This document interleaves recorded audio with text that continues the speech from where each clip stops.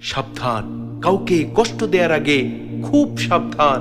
কেননা যদি কোনো ব্যক্তি কাউকে অন্যায়ভাবে কষ্ট দেয়, কারো ক্ষতি সাধন করে, তাহলে স্বয়ং আল্লাহ রব্বুল আলামিন ওই ব্যক্তিকে কষ্ট দেয়, ওই ব্যক্তির ক্ষতি সাধন করে। নাউযুবিল্লাহ, নাউযুবিল্লাহ।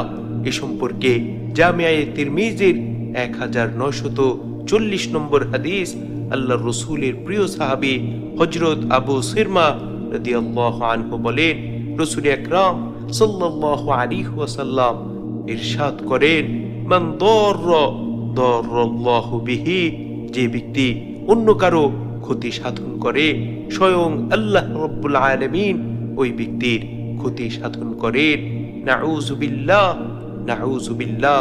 আল্লাহর রাসূল সাল্লাল্লাহু আলাইহি ওয়াসাল্লাম আরো বলেন, ওয়ামান শাক্কাল্লাহু আলাইহি, যে ব্যক্তি অন্য কাউকে কষ্ট দেয়, স্বয়ং আল্লাহ রাব্বুল আলামিন ওই ব্যক্তিকে কষ্টের মধ্যে ফেলেন। নাউযুবিল্লাহ, নাউযুবিল্লাহ।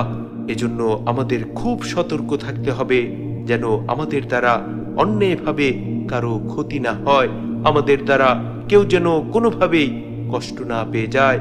যদি আমরা কারো মনে আঘাত দিয়ে থাকি, কাউকে কষ্ট দিয়ে থাকি, কারো ক্ষতি করে থাকি, তাহলে তো আমাদের জন্য ভয়ঙ্কর হুঁশিয়ারি।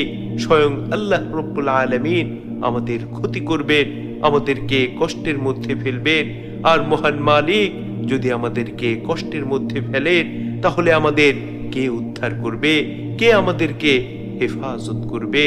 সুতরাং আজ থেকেই আমাদের মজবুতভাবে এই নিয়ত করতে হবে যে আমাদের দ্বারা কখনোই যেন কারো কোনো ক্ষতি না হয়, আমরা যেন কাউকে অন্যায়ভাবে কখনোই কষ্ট না দেই।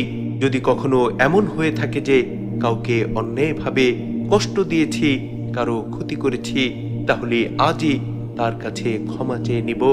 আল্লাহ রব্বুল আলামিন আমাদের প্রত্যেককে তার কঠিন আযাব এবং গজব থেকে হেফাজত করুন। আমিন।